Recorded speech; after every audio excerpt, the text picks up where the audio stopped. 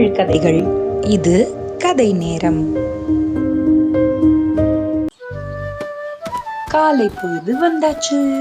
சூரியனும் வெளியே உதிச்சாச்சு. நம்ம யானை மாமா விவசாயம் பண்ண வயலுக்கு நடந்து போனாரு. கையில மண்வெட்டி எடுத்துக்கிட்டு நம்ம யானை மாமா வயலை உழுதாரு. நெல்மணிகள் எல்லாம் போட்டாரு. விதை விதைச்சாரு. பூ பூத்துச்சா. அங்க பட்டாம்பூச்சி எல்லாம் வந்து பாட்டு பாடிச்சான்.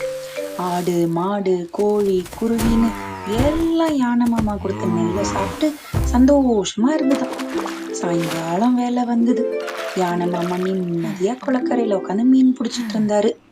மீன் பிடிச்சிட்டு தான் வீட்டுக்கு போய் தன்னோட குட்டிக்கு வாழைப்பழத்தை கொடுத்து அதை மகிழ்விச்சு தானும் மகிழ்ந்தாரு யானை மாமா. அன்னைக்கு நைட்டு நடந்ததெல்லாம் நினைச்சு ரொம்ப சந்தோஷப்பட்டாரு.